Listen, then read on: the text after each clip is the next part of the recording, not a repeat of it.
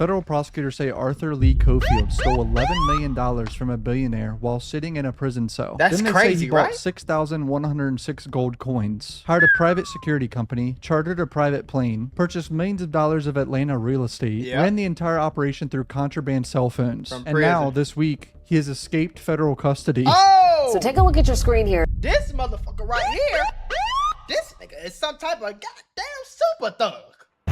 FBI, open up! He escaped. I remember reacting to this years ago, bro. Years ago. He ended up robbing a billionaire for $11 million. And now he escaped the feds?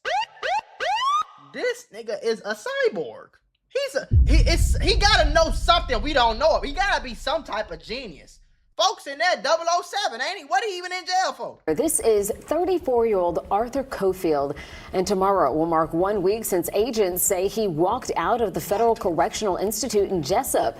Now that's down near Georgia's coast, about an hour south outside of Brunswick. This is the unbelievable story of Arthur Lee Cofield, a Georgia inmate authorities say carried out the most sophisticated fraud prison scheme ever in the history of the United States. Bro. At just 16 years old, Cofield participated in an armed bank robbery in Douglasville, Georgia. The crazy. robbery was a complete disaster. The group only managed to steal around $2,600. A dye pack exploded. The getaway vehicle crashed. Police quickly tracked down the suspects. The robbery netted this nigga is Franklin from GTA 5. Almost nothing. But it cost Cofield his freedom. He received a lengthy prison sentence and entered the Georgia prison system while still a teenager. Now in prison over the next decade, investigators say Cofield became something prison officials rarely encounter. A criminal entrepreneur. Authorities repeatedly connected him to contraband cell phones. When phones were confiscated, investigators say new ones appeared. Even when he was transferred to a different facility, these phones kept popping up. At one point, investigators reportedly found a contraband phone hidden inside folds of his stomach. What? They say he became exceptionally skilled at communicating with people outside prison walls. Eventually, investigators believe he had built an entire network of associates capable of carrying out instructions while he remained incarcerated. Is that not crazy? Even more surprising, some reports like, indicate imagine if this nigga would be a billionaire if he had this same mindset.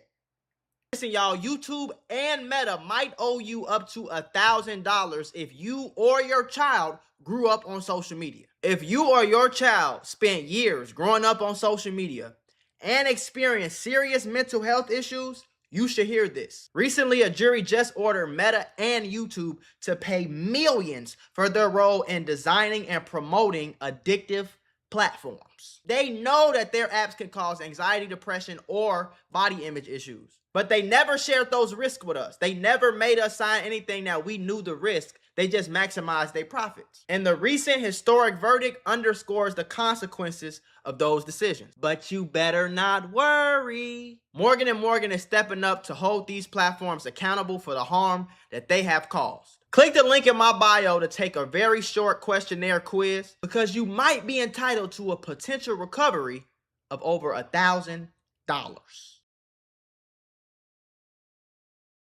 For business instead of crime, folks would be a multi-billionaire right now. And he only, what, 20-something, 30-something? Time in Georgia's Special Management Unit, one of the state's most restrictive prison environments. Damn. Despite that, authorities say he continued directing criminal activity, and eventually those activities became far more ambitious than anything he had attempted before. Now, the billionaire target. Buckle up. By 2020, prosecutors say Cofield had identified an incredibly wealthy victim, Hollywood billionaire Sidney Kimmel. Never heard of this guy, I'm gonna be honest, but Kimmel is a businessman, a movie producer whose companies have financed major Hollywood films. According to prosecutors, Cofield obtained Kimmel's identifying information and began impersonating him from inside prison. How the fuck did you get a billionaire's identifying information? How did that happen? Kevin alleged that while incarcerated at Georgia Diagnostic and Classification Prison, Cofield personally contacted Charles Schwab customer service and attempted to gain access to Kimmel's account. I was under the impression that Charles Schwab was very secure. That is where people store their retirement money. Apparently, this impersonation wasn't even that sophisticated either. One investigator reportedly described it as little more than Cofield putting on a rough elderly voice while pretending to be Kimmel. Yet somehow it worked. According to prosecutors, Schwab representatives informed him that verification documents would be required. Investigators say a co-conspirator then supplied copies of identification documents, including a driver's license and utility bill connected to the victim. Authorities believe those documents helped complete the verification process, and then the operation moved incredibly fast. The crazy part is, though, the billionaire probably Like, it's probably not the hardest thing in the world to rob a billionaire because it's too much money to keep up with. Like, it's a saying that they say, if you know how much money you have, you probably don't got that much. Like, seriously. Because if you got $1 billion, you don't know how much money you got for real. You don't know what you really worth. You know what I'm saying? It's damn near impossible to track every fucking dollar. You got cars, you got insurance, you got maintenance, you might buy something, you might have Netflix on your, you know what I'm saying? Like, you might be paying the maid, you might have diamond watches and expensive $10 million worth of watches. Like, if somebody asks you how much money you got and you can tell them without having to add nothing up, nigga, you don't got that much money. Timeline becomes unbelievable, almost like it's a movie. According to prosecutors, on June 8th, 2020, before any money was transferred, Cofield contacted a precious metals dealer called Money Metals Exchange and arranged the purchase of 6,106 American Gold Eagle 1-ounce gold coins. That is absolutely insane. Crazy. All from prison. The gold purchase was allegedly lined up before the money even arrived. Right. Investigators say he already knew exactly what he wanted to do with the funds. He purchased a total astonishing nearly $11 million. Then on June 9th, prosecutors say Charles Schwab transferred $11 million into an account connected to the gold dealer after employees believed they were dealing with Sidney Kimmel. In less than a week, that is crazy, a prison inmate convinced a giant financial institution in America to transfer $11 million in gold coin. What are we doing? Now, the gold coin operation, what happened next sounds like a movie. According to prosecutors, the shipment was so valuable that Cofield allegedly hired a private security company to transport the gold. The coins were located in Idaho. The security team picked them up. A chartered private aircraft was arranged. The gold was loaded onto the plane and flown across the country to Georgia. This is an entire operation being executed by a prison inmate. How is this possible? I don't know, This seems fake, but it's real. Millions of dollars worth of gold bars and coins being transported by private plane, while the men allegedly directing everything remained locked in prison. Prosecutors say one of the Cofield's associates met the security team. Authorities allege he presented false identification and physically took possession of the gold shipment, and then the trail begins to disappear. A lot of this gold is still missing to this day. Hell Someone has that shit somewhere, Somebody bro. got Now that. the mansions. The spending didn't How stop. much is, let me see, how much, let me try to find out how much that shit is worth real quick. Because he said 61, what was it, bro? 61, let me see. 6,106 American Eagle 1-ounce gold coins worth. Okay, so this is today's price. This is 2020, so nigga, what the fuck? Today it's worth 30 million. Let's see what it was. Holy shit. 2020.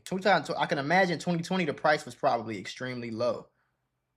2020 value. 2020 value. 2020 value, it says it was 28 million. 28 to 29 million. So somebody lying, bro. Somebody's got to be lying. Somebody got to be lying because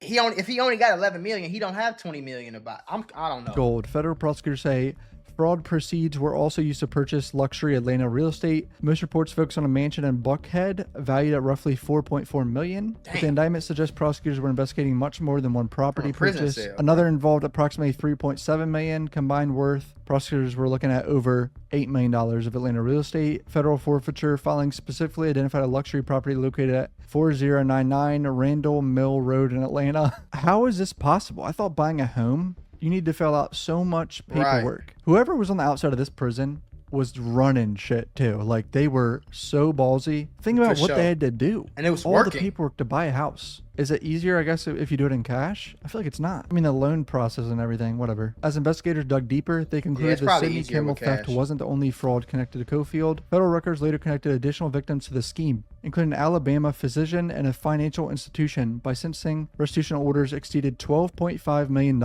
Prosecutors increasingly viewed Kimmel theft as the largest piece of much broader criminal enterprise. As if the financial crimes aren't enough, there's a shooting victim involved in this story. Shit. According to prosecutors, Cofield became involved in a dispute involving a woman he developed a relationship with while incarcerated. Authorities allege he arranged retaliation against a man he believed was involved with her. The victim survived, but he's left paralyzed from the waist down. Cofield became involved in a dispute involving a woman.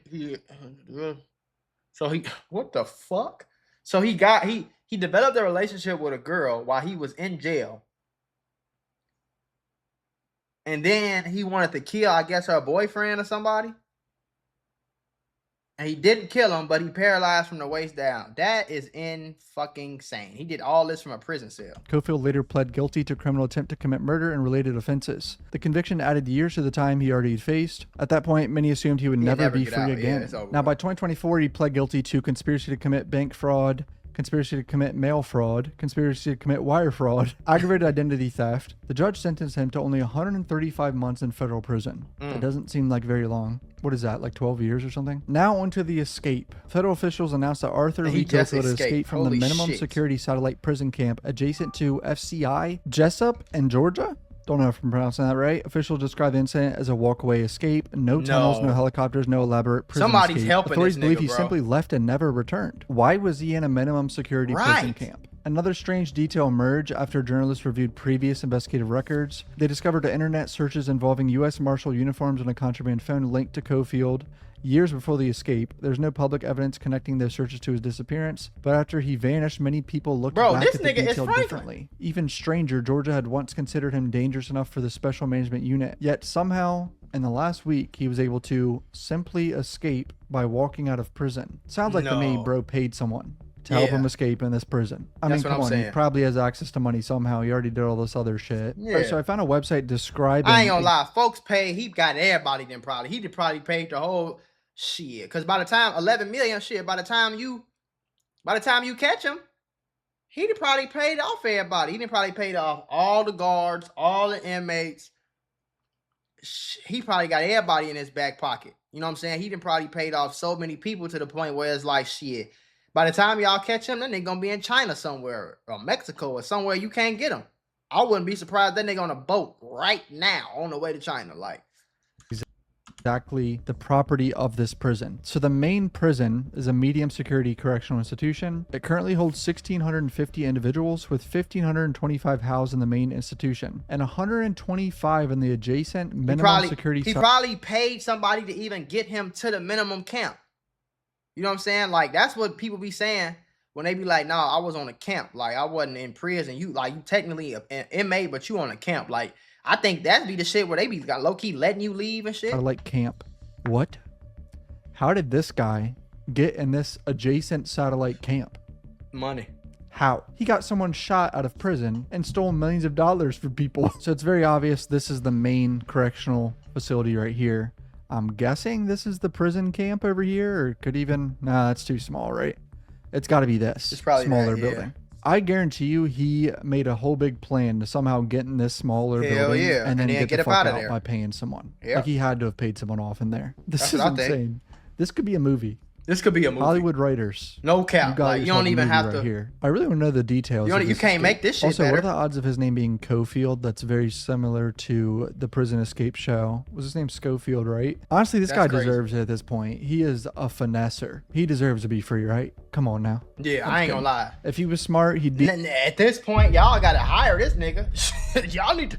Nigga. FBI, open up! Y'all need to hire him to be a FBI agent. Nigga, this nigga too cold. In Mexico right now, right? I know it's pretty cliche to recommend, but don't people escape there all the time and survive for years? There's actually a $10,000 reward for him now, and he's on the run still. So if you're new, hit subscribe. Thanks for support. It's a $10,000 reward. If you catch that nigga, he'll give you $100,000 to shut the fuck up and go home. Why would I take... What the fuck? Bro is really Franklin. Bro is really like, this is a real GTA 6. Like, they damn near... GTA 7, we got our main character, bro. Arthur fucking Cofield. Arthur Cofield should be y'all next main character. He kind of looked like, you know what I'm saying? Looked like Franklin a little bit. This nigga here is on some type of mad evil scientist shit.